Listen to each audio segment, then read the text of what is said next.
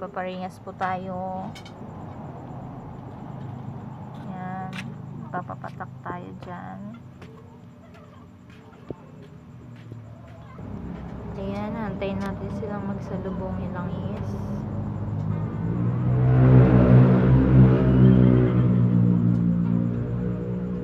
Ayan, pag nagsalubong na, papatayin muna natin tong gripo.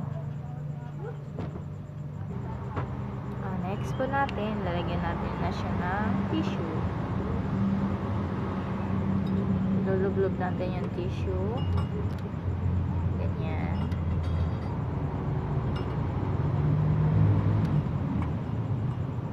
Ayan. Pag ganyan na, sindihan natin gamit ang lighter.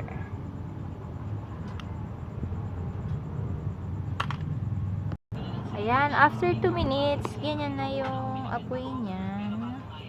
Pwede na po nating isindi yung blower. Ayan. Pwede natin yung blower.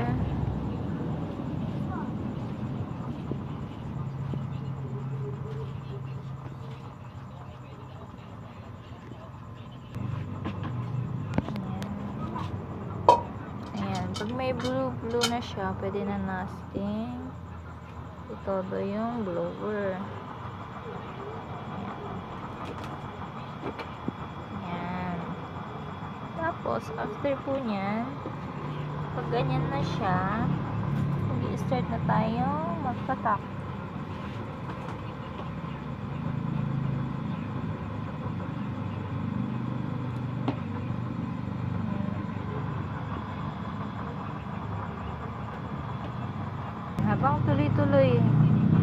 Habang tuloy-tuloy sa pagpatak po yan, lalakas na po ng lalakas yung apoy.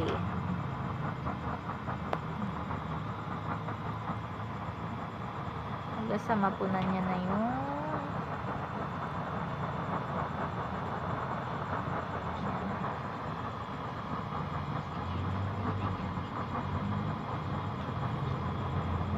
napakalakas na niyan.